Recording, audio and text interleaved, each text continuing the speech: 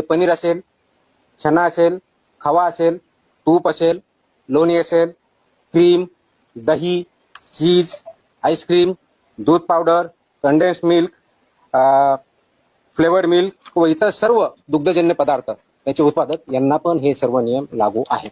या सर्वांनी या नियमांचं तंतोतंत पालन करायचे, ज्याच्या माध्यमातून हे परिपूर्ण दूध सेफ मिल्क हे कंझ्युमरच्या प्लेटपर्यंत घरापर्यंत जाईल. कोणत्याही प्रकारचे त्याच्यामध्ये अडल्टरेशन असणार नाही, कोणत्याही प्रकारचे त्याच्यामध्ये कंटॅमिनेशन असणार नाही, कोणत्याही प्रकारचे सबस्टँडर्ड मिल्क असणार नाही. म्हणजेच सेफ असेल, अनसेफ किंवा सबस्टँडर्ड किंवा मिसब्रँडेड अशा प्रकारचे मिल्क किंवा मिल्क प्रॉडक्ट्स हे कंझ्युमरपर्यंत आपल्याला देता येणार नाही, विकता येणार नाही किंवा प्रक्रिया करता येणार नाही. यासाठी हे नियम लागू आहे. शीतकरण करणे, कोल्ड करणे, प्रक्रिया प्रोसेसिंग करणे, पॅकिंग, साठवणूक करणे यासाठीचं स्पष्टपणे त्याचे एरिया दाखवला पाहिजे. एखादी डेअरी आहे किंवा प्रोसेसिंग प्लांट आहे, या ठिकाणी असे वेगवेगळे एरिया ते डिमार्केट केले पाहिजेत, लेबल केले पाहिजे, त्या ठिकाणी तेच काम करता आलं पाहिजे.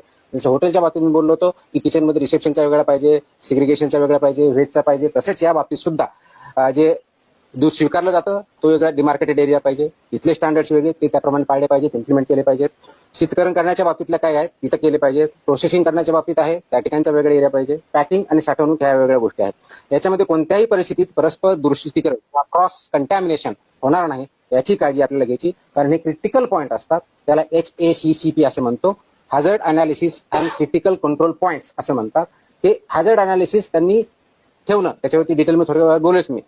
तसं अपडेशन करणं, ते फसाईच्या स्टँडर्ड प्रमाणे आहे ते कंप्लाय करणं आणि ते इम्प्लिमेंट करणं. म्हणजे एका क्रिटिकल पॉईंटला जर ते सबस्टँडर्ड आलं किंवा ॲज पर स्टँडर्ड आलं नाही तर तिथंच ते रिजेक्ट झाला पाहिजे. पुढे ते गुड्स ते दूध किंवा दुग्धजन्य पदार्थ जो आहे पुढे जाता कामा नये, तो डिस्कार्टेडच झाला पाहिजे. त्याच्यामुळे क्रिटिकल पॉईंट्स म्हणतात, त्याच्यामुळे क्रिटिकल कंट्रोल पॉईंट असं नाव दिलेलं आहे. क्रिटिकल तिथं बघायचंय, ते स्टँडर्डला असेल तर तो प्रोसेस होईल, अन्यथा तिथंच तो रिजेक्ट होईल. ही प्रोसेस इम्प्लिमेंट करणं गरजेचं आहे. ही जर इम्प्लिमेंट केलं तर खूप मोठ्या प्रमाणात क्वालिटेटिव्ह फरक पडू शकतो. ते इम्प्लिमेंट करणं गरजेचं आहे.